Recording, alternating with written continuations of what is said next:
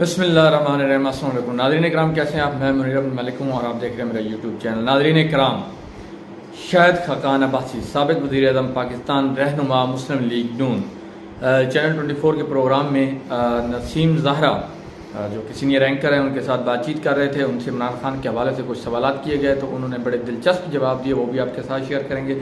इसके अलावा चंद रोज़ कबल यूनान के साहिल, ग्रीस के साहिल पर एक तारकीन वतन की कश्ती नहीं, वो तकरीबन जहाज़ ही था, छोटा जहाज़ था, बहरी जहाज़। तो उसमें तकरीबन 750 लोग सवार थे। एक छोटे जहाज़ में 750 लोग जो कि इलीगल वेज़ के ज़रिए जो है यूरोप का सफ़र कर रहे थे। तो उनकी कश्ती जो है, जहाज़ जो है वो डूब गया और उसमें से काफ़ी सारे उनमें पाकिस्तानी भी थे जो अभी तक कुछ लापता हैं। कुछ की जो है 80 से 85 अमवात जो है वो उनकी इतलात आ रही हैं।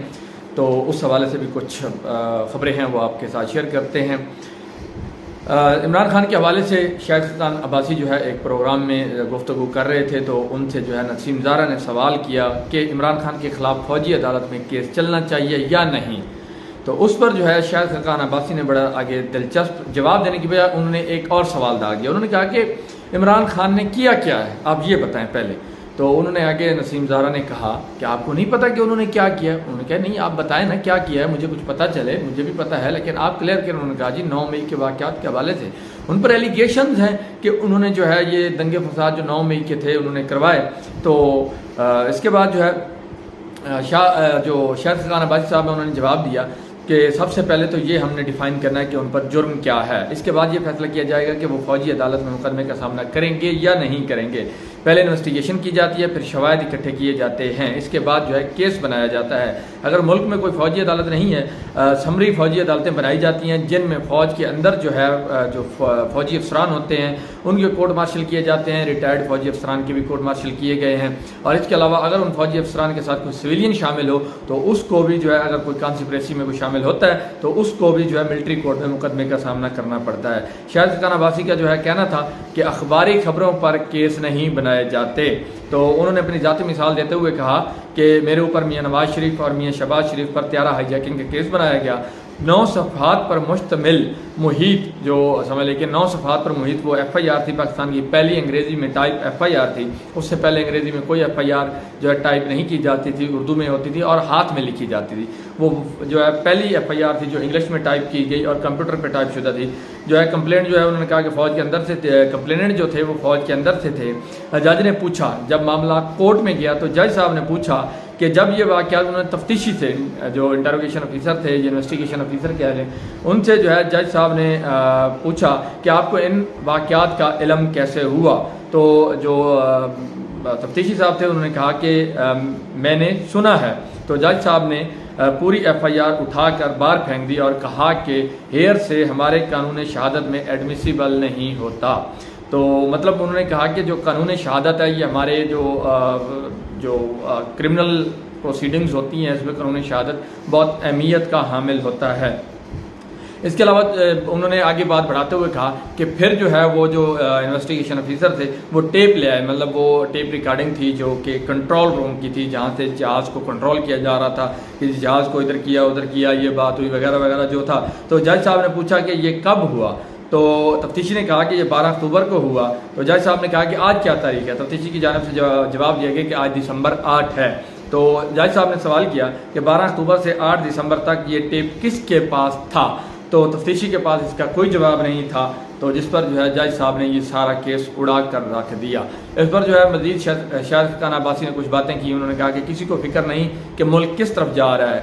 जो मेयर का इलेक्शन ठीक से नहीं करवा सके वो जनरल इलेक्शन कैसे करवाएंगे। इस्तेहकाम पाकिस्तान पार्टी के साथ भी वही होगा जो PTI के साथ हुआ है। हमें IMF के साथ मुज़ाकरात करने चाहिए। उन्होंने कहा कि मैंने वीडियोज़ देखी, कोर कमांडर का घर जलाया गया और जो लोग इन वीडियोज़ में हैं इनको जो है प्रोसिक्यूट करें, इनको सज़ाएं मिलनी चाहिए।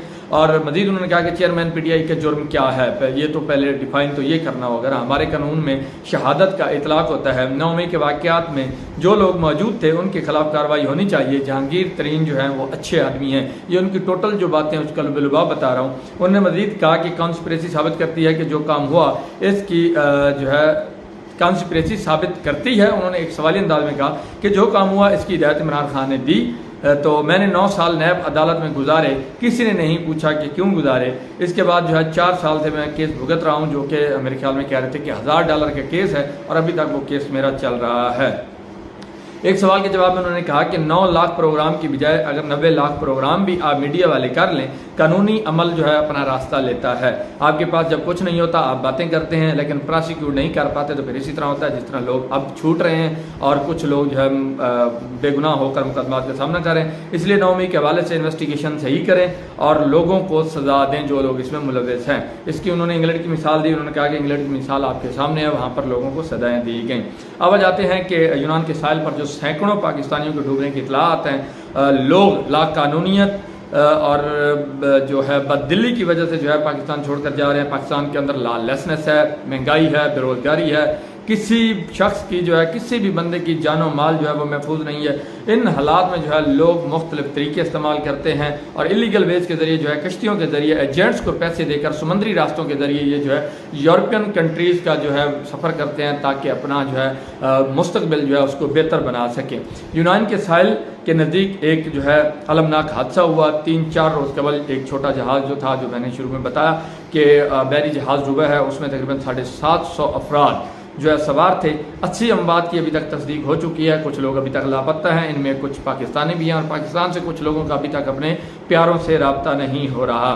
लेकिन यहाँ से जो बैरून मुल्क भेजने वाले एजेंट्स हैं, उनके इस वक्त जो कारोबार हैं वो जमे हुए हैं और उनके जो है वो कहते हैं ना कि पांचों घी में और सर कढ़ाई में, क्योंकि मुल्क के अंदर जो हालात हैं, तो जो यूथ है, नौजवान नस्ल है, जो इस मुल्क का जो समझ लें कि फ्यूचर है वो बाहर ही जा रहा है। वो इलीगल वेज के ज़रिए, लीगल वेज के ज़रिए वो बाहर जा रहे हैं। इसको ब्रेन ड्रेन भी कहते हैं कि जो ज़हीन दिमाग होते हैं वो मुल्क छोड़ के चले जाते हैं। तो ये जो कंपनियां हैं जो एम्बेसीज़ के लिए जो है लोगों के पासपोर्ट, एम्बेसीज़ के नाम पर पासपोर्ट जमा करती हैं कि हम आपका वीज़ा लगवाएंगे, इनमें एक बड़ा नाम जेरी कंपनी का है। तो आप इनके अगर ऑफिस के बाहर जाएं तो आपको वहाँ पार्किंग की जगह भी नहीं मिलेगी। वहाँ सैकड़ों गाड़ियाँ खड़ी होती हैं और वहाँ पे जो है आपको पार्किंग के लिए जगह भी नहीं मिलती।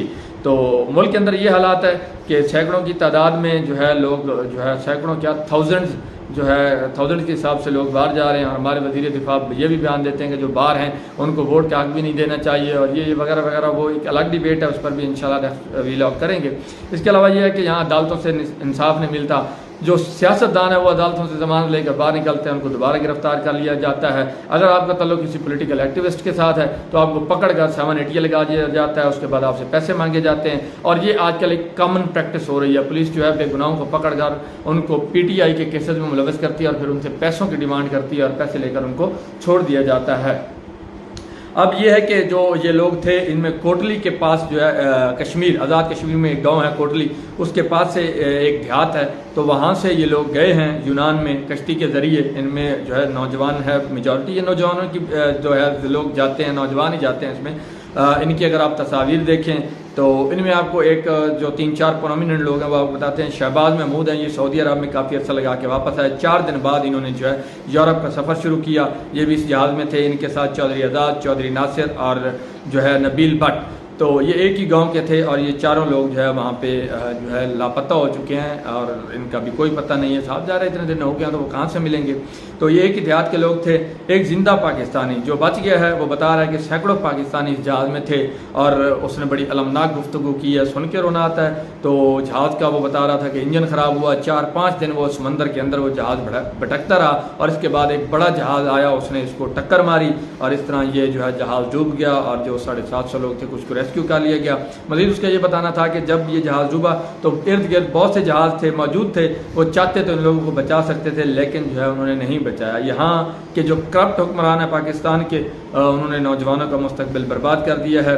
और अब ये कहा जा रहा है कि जी पाकिस्तानी एम्बेसी जो है वो यूनान के एम्बेसी के साथ टच है और ये सारे सियासी बयान होते हैं, कोई टच नहीं होता, डॉक्यूमेंटेशन नहीं होती इनकी क्योंकि ये इलीगल वेज के जरिए जा रहे हैं। इसके अलावा जो है लाहौर हाई कोर्ट बार में कल जो है लाहौर हाई कोर्ट बार के अंदर supreme court court bar association के तामुन से जो है एक कन्वेंशन हुआ। इसमें इश्तियाक चौधरी जो है लाहौर हाई कोर्ट बार के सदर हैं, इन्होंने जो है प्रेस कॉन्फ्रेंस भी की। इन्होंने कहा कि ये सिविलियन के जो समरी ट्रायल की बात हो रही है, इस पर वकला ने जो है कहा कि इसकी आइन और कानून में कोई गुंजाइश नहीं है, हम इसकी इजाज़त नहीं देंगे। अगर हुकूमत ने ऐसी कोई हरकत की तो जो है जैसा कि राना सलाउल्लाह साहब कह रहे हैं, तो हम एक जो है लायर मूवमेंट जो है वो चलाएंगे। इसी दौरान जो है सरदार लतीफ़ खोसा साबिक़ गवर्नर पंजाब हैं और प्रोमिनेंट लायर भी हैं, इनके घर पर फायरिंग का वाक़या पेश हुआ और वो बाल बाल बच गए। इन्होंने भी तकरीर की थी कि हम जो है मिलिट्री कोर्ट्स को नहीं मानेंगे और एक वकला तहरीक शुरू करेंगे। ये वैध सियासतदान है जिन्होंने हमेशा पार्टी पॉलिटिक्स से जो है हटकर बात की है और पाकिस्तान के लिए बात की है। तो जो भी पाकिस्तान के लिए बात करता है फिर उसके साथ ऐसा ही हो रहा है आजकल पाकिस्तान में। इन्होंने इफ्तिखार चौधरी के हवाले से जो एक लायर मूवमेंट लॉन्च की गई थी, उसमें भी बढ़ चढ़ कर हिस्सा लिया था। सिविल सोसाइटी सिविल सोसाइटी थी उस तहरीक में बाद में शामिल हुई थी। असल ये वो तहरीक भी जो है वकला ने शुरू की थी और अब भी जो तहरीक है ये शुरू होने के करीब है। इसके अलावा कल जो है सेनेट के अंदर नाअहली की मुद्दत जो है वो पहले जो है मेंशन नहीं थी, ताहयात नाअहली होती थी, अब उसको गवर्नमेंट ने जो है मौजूदा हुकूमत ने 5 साल कर दिया कि वो नाअहली की मुद्दत 5 साल होगी। ये जहांगीर खान तरीन और नवाज शरीफ को जो है फेवर दी गई है और वो इस वक्त सियासत में इन हो चुके हैं। अभी ये बाकायदा तौर पर कानून तो नहीं बना, लेकिन सदर पाकिस्तान पर जो है जब इस पर साइन करेंगे, नहीं भी करेंगे तो एक मखसूस मुद्दत के बाद ये बाकायदा कानून बन जाता है। तो ये जो मौजूदा हुकूमत है ये अदालतों को बेतौकीर भी कर रही है और जो काम जो है आइनी तरमीम के ज़रिए होना होता है, जैसा कि ये 5 साल नाअहली मुद्दत वाला था, इसको जो है एक्ट ऑफ पार्लियामेंट के ज़रिए जो है ये उस काम को कर रहे हैं आइनी तरमीम की बजाय, क्योंकि 2/3 मेजॉरिटी चाहिए होती है आइनी तरमीम के लिए, वो इनके पास है नहीं। तो अब ये एक्ट ऑफ पार्लियामेंट के ज़रिए ऐसे काम कर रहे हैं। इंशाल्लाह नेक्स्ट वीलॉग में नई अपडेट के साथ हाजिर होंगे। खुश रहें, मेरे चैनल को सब्सक्राइब करना और वीडियो को लाइक करना ना भूलिएगा। अल्लाह हाफिज़।